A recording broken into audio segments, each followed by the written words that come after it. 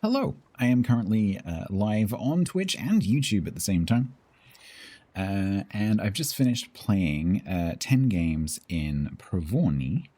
It ended up being 5-5. I think my average damage sat probably somewhere around 75k in each match.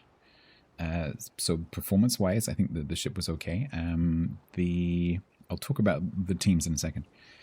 Let me just summarize the sort of strengths and weaknesses of the ship. So this is a German ship that was given to the Russian Navy, Soviet Navy technically. And so this is a German ship. It's a real German ship, Z-33, but it has largely Russian characteristics. It's a bit of a blend of German and Russian, but it's mostly Russian. So this has very good ballistics, very, very comfortable, very easy to aim ballistics. I've got this set up with range, so I'm at almost 14 kilometers. And super, super easy to aim. You have very good HE. You've got 1/5 pen, so you've got 30 mil pen on your HE. You have very good AP that can absolutely citadel the lighter cruisers in the game when they're broadside to you. And so the combination of very good shells and shell damage, very good ballistics, and that enables you to be a good run and gun. You're reasonably fast. You're not Russian fast, but you're reasonably fast. You have a long speed boost. And so you can play this run and gun, and I recommend playing this run and gun. And the reason I don't recommend playing it like a normal destroyer is because the strength of these kind of ships is the ballistics. So at close range, a gunboat destroyer, so let's say you come across a Cossack or a Benson or something like that, with a more higher DPM ship. At close ranges, where their ballistics aren't a problem, they will win the fight. What you do in this is you keep your distance, and then you can deal with destroyers because you can hit them really easily and they can't hit you, or struggle to hit you.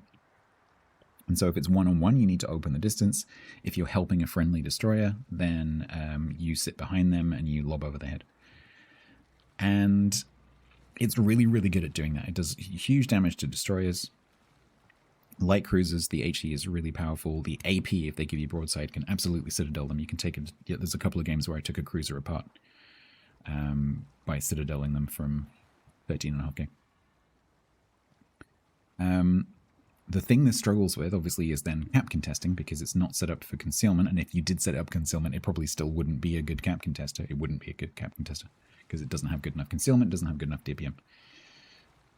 The problem that creates is that your team then has a destroyer sitting in a destroyer slot that's playing like a cruiser. And this is not the only ship that is like that. This is not the only destroyer that essentially sits in a cruiser slot. There are quite a few of them.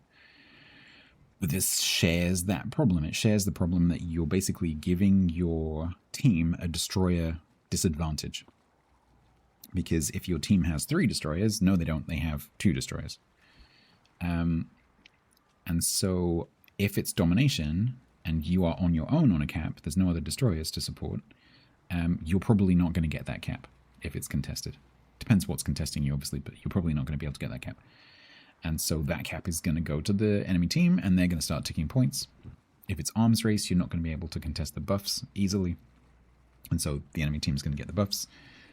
Standard battle is really where this weakness doesn't exist, because you don't have to worry about contesting any points, and you can just run around shooting things. So that does create an interesting team dynamic, but as I said, this is not the only ship that creates that problem by a long way. There's lots of run and gun ships. So if you enjoy the run and gun style destroyers, particularly the Russian ones, obviously because of the ballistics, but if you enjoy that run and gun playstyle, you'll probably like this. The guns are really, really fun to play with.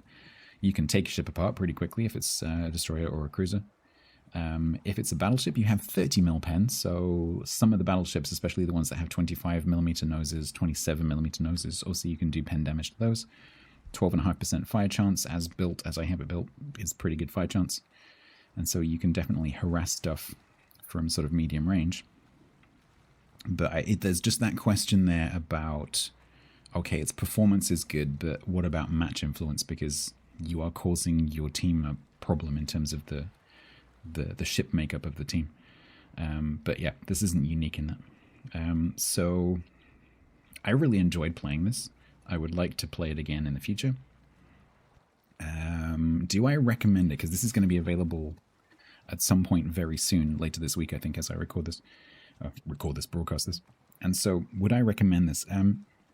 As I understand it, this is going to be for purchase just as the base ship, an Admiral pack, and via random crates. Would I recommend it? I think no, because although the guns are interesting, there are other run-and guns that you can just play completely for free. If you want to play a ship that's very similar to this, play Kiev. It's different guns, but very similar experience. The little spice that this brings, because it's 150s, I don't think is enough to push it over into justifying buying the premium ship. But if you really like that style of destroyer and you want something that's a little bit different, it is. I think it's a fine ship. I've heard a lot of negative talk about this ship today, but I can't get on board with that. I've had a pretty good time. It's performed very well, at least in terms of its own personal performance, and it's been fun to play. So I like it, but maybe it's not quite good enough and different enough to be a recommended premium. I hope that helps. Find me on Twitch or YouTube, but mainly Twitch.